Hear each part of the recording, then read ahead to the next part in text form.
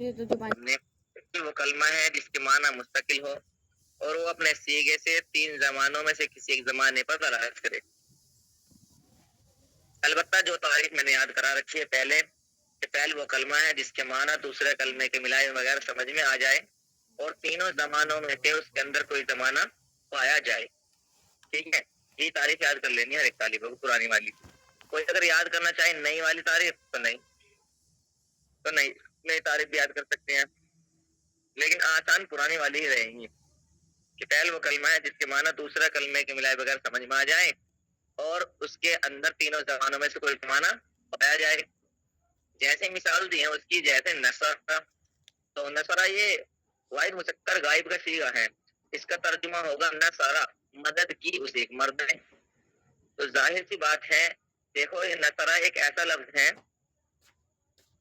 جس کا ترجمہ ہمیں سمجھ میں آ رہا ہے کہ مدد کی کسی ایک مرد نے، اور نہ ہی اس کے اندر ہم نے کوئی دوسرا کلمہ ملایا ہے۔ اور فعل کی تعریف ہم نے یہی کی ہے کہ دوسرا کلمہ ملائے بغیر اس کے معنی سمجھ میں آ جائیں۔ تو نصرہ کے اندر ہم نے کوئی کلمہ نہیں ملایا، لیکن نصرہ کے معنی ہمیں سمجھ آ رہے ہیں کہ نصرہ مدد کی اس ایک مرد نے۔ لیکن ایک شرط اور لگائی گئی تھی اس میں کہ تینوں زمانوں میں سے کوئی زمانہ بھی پایا جانا چاہیے۔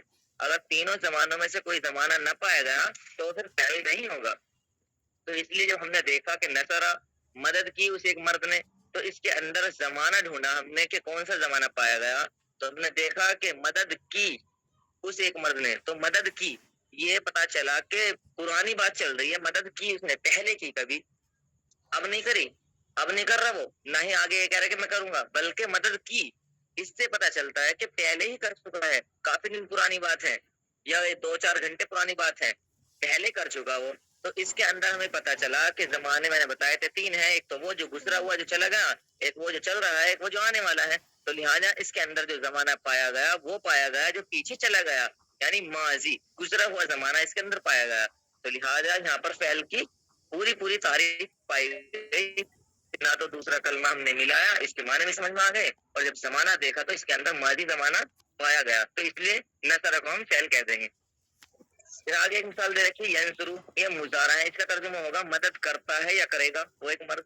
تو مدد کرتا ہے یا مدد کر رہا ہے، دونوں ایک ہی معنوں میں ہے، مدد کرتا ہے یا مدد کر رہا ہے۔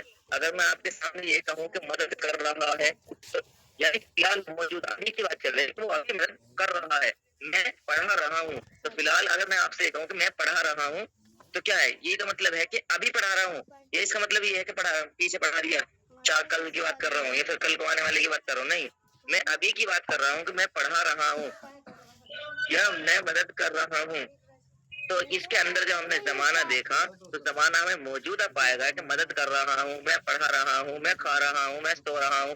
ابھی فی الحال کی بات چل رہی ہے زمانے موجودہ کی، یعنی حال کی بات چل رہی ہے، حال کے معنی زمانے موجودہ کے آتے ہیں۔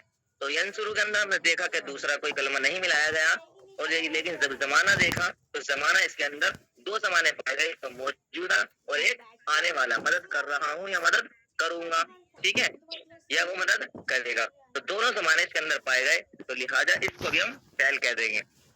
تو فعل کی تعریف سمجھ میں آ گئی ہمیں۔ اب اس کے ساتھ ساتھ فعل کی پہچان کیسے ہوں گی ہمیں، تو ہم جب جیسے ہم نے اسم کی نشانیاں، اسم کی علامتیں رکھی ہیں، سیم اسی طرح سے فعل کی نشانیاں، فعل کی علامتیں بھی یاد کریں گے، تاکہ کوئی لفظ آئے اور اس لفظ کو ہم آسانی سے پہچان سکیں کہ یہ اسم ہے یا فعل ہے یا حرف ہے۔ تو فعل کی دیکھیں، پیچھے جو کتاب گزری ہے آسان 9 حصہ اول، اس کے اندر فعل کی 9 علامتیں آپ کو پڑھائی گئی تھی، لیکن یہاں پر فعل کی 11 علامتیں دے رکھی ہے، 2 علامتیں اور زیادہ بڑھا دی گئی ہیں۔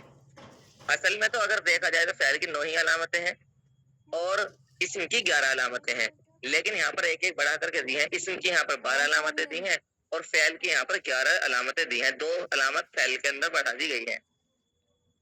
دیکھیں فعل کی 11 علامتیں ہیں، نمبر 1 اس پر قد، سین، سوفا اور حرف جزم، یعنی 4 حرف لکھے ہوئے ہیں۔ تو لیکن آپ اگر آسانی سے یاد کرنا چاہیں تو آپ اس طرح سے یاد کر سکتے ہیں کہ قد کا شروع میں ہونا، سین کا شروع میں ہونا، سوفا کا شروع میں ہونا، حرف جازم کا شروع میں ہونا، یہ 4 ہوں گے، یعنی قد کا شروع میں ہونا، نمبر 2 سین کا شروع میں ہونا، نمبر 3 سوفا کا شروع میں ہونا، نمبر 4 حرف جازم کا۔ یہاں پر لکھا ہے کہ جزم دینے والے حرف کا، جزم دینے والے حرف سے مراد حرف جازم ہے، وہ ابھی ابھی آپ پڑھ کے آئے حصہ اول کے آخر میں کہ حرف جازم کتنے ہیں، یا پھر حرف جازم کتنے ہیں؟ لم، لما، لام امر، لائن نہیں شرطیہ، 5 ہے حرف جازم، ٹھیک ہے نا؟ جی تو اگر آپ آسانی سے بھی یا اس طرح سے یاد کرنا چاہیں قد، سین، سوف اور حرف جازم کا شروع میں ہونا، تو یہ بھی 4 باتیں ہو گئی. لیکن اگر الگ الگ کر کے یاد کرنا چاہیں کہ بھائی قد کا شروع میں ہونا، سین کا شروع میں ہونا، سوف کا شروع میں ہونا، حرف جازم کا شروع میں ہونا، تو یہ 4 علامتیں ہو گئی. ٹھیک ہے. اگر کوئی بھی لفظ ہے، چاہے وہ اسم ہو، چاہے وہ فعل ہو، چاہے وہ حرف ہو، کوئی بھی لفظ ہو، ہمیں کوئی بحث نہیں کرنی. ہمیں تو صرف یہ دیکھنا ہے کہ اس کے شروع میں کیا آیا ہوا ہے. اگر اس کے شروع میں کہیں سین آیا ہوا ہے تو بھی ہمیں کیا کر دینا ہے؟ فعل بتا دینا ہے اس کو، کیونکہ فعل کی علامتوں میں سین کا شروع میں ہونا پایا جا رہا ہے. اس کے شروع میں اگر، ہاں ایک بات کا خاص خیال رکھنا، یہ جو سین جو ہے نا، یہ سین شروع میں جو ہے، یہ سین جو ہے یہ ایکسٹرا سین ہو. یہ جو مادے کے اصلی حروف ہوتے ہیں نا، وہ والا سین نہ ہو. مثال کے طور پر کوئی نام ہے ساجد، جیسے سین سے بنتا ہے ساجد، تو اب یہ نہ سوچ بیٹھے کہ ابھی ساجد تو فعل ہے، کیوں؟ اس کے اندر فعل کی علامت پائی جا رہی ہے سین کا شروع میں ہونا. تو یہ سین کا شروع میں ہونا نہیں پایا جا رہا، بلکہ سین جو ہے ساجد کے اندر یہ حروف مادہ، یعنی مادے کا اصلی حروف ہے. تو اصلی حروف جو مادے کا ہوتا ہے نا، اس کے علاوہ ایک ایکسٹرا سین ہونا چاہیے. اس بات کا خاص خیال رکھنا. کبھی آپ یہ سوچے بھائی یہ رکھ کے بیٹھ جائیں کہ ہم نے تو یہ پڑھا تھا کہ فعل کی علامتوں میں سے یہ ہے کہ سین کا شروع میں ہونا، تو لہٰذا جتنے بھی دنیا کے اندر نام ہے سین سے بنتے ہیں، یہ جتنے بھی لڑکیوں کے نام ہے سین سے بنتے ہیں، وہ سب کے ساتھ فعل ہو جائیں گے کیونکہ سین شروع میں آیا ہوا ہے. نہیں، وہ تو مادے کا اصلی حروف ہے، اس کے علاوہ ایک سین اور ایکسٹرا ہونا چاہیے، تو ہی پھر وہ فعل کی علامت میں سے مانا جائے گا. بات سمجھ میں آئی؟ جی استاد، جیسے سیقول، سیقول میں ہاں، سین جیسے سیقول نہیں، اصل ہے یقول یہ، تو لیکن اس کے اندر سین آیا ہوا ہے، تو یہ کیا کی علامت ہے؟ یہ فعل کی علامت ہے. اصل ہے، اصل لفظ ہے یقولو. قالا یقول آپ نے پڑھا ہوگا مضارع، قالا یقولو، سیقولو. ٹھیک ہے. جی مثال دیکھیں، قد کا شروع میں ہونا، جیسے قد قامت الصلاۃ، تحقیق کی نماز کھڑی ہو گئی. نمبر 2 سین کا شروع میں ہونا، جیسے سیقول السفہاء. نمبر 3 سوف کا شروع میں ہونا، جیسے سوف تعلمون، ثم کلا سوف تعلمون. تو سوف اگر کسی کے شروع میں آ جائے تو سمجھ جانا کیا ہے، یہ فعل ہے، کیونکہ فعل کی علامتوں میں سے سوف پایا جا رہا ہے. آگے چوتھا نمبر آتا ہے حروف جازم کا شروع میں ہونا، تو یعنی حروف جازم 5 ہیں: لم، لما، لام امر، لائن نہیں شرطیہ.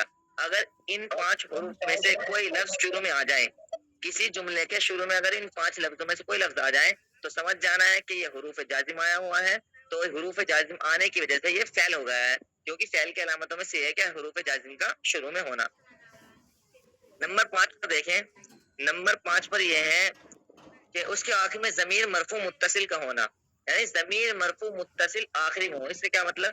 تو یہ پرانی بچی کو تو آپ معلوم ہی ہوگا کہ ضمیر مرفوع متصل کس کو کہتے ہیں. ضمیر مرفوع متصل اس کو کہتے ہیں جو ترکیب میں فاعل واقع ہوتے ہیں اور فعل سے ملی ہوئی ہوتی ہے. وہ 14 ہے، جیسے کہ تا تماتم، تی تماتن، ہو الف واو، ہی الف نون، انا نحن. یاد ہوں گے نہیں؟ یاد ہے. ہاں بھائی، ضمیر مرفوع متصل 14 ہے. ضمیر مرفوع متصل ان کو کہتے ہیں جو فعل سے ملی ہوئی ہو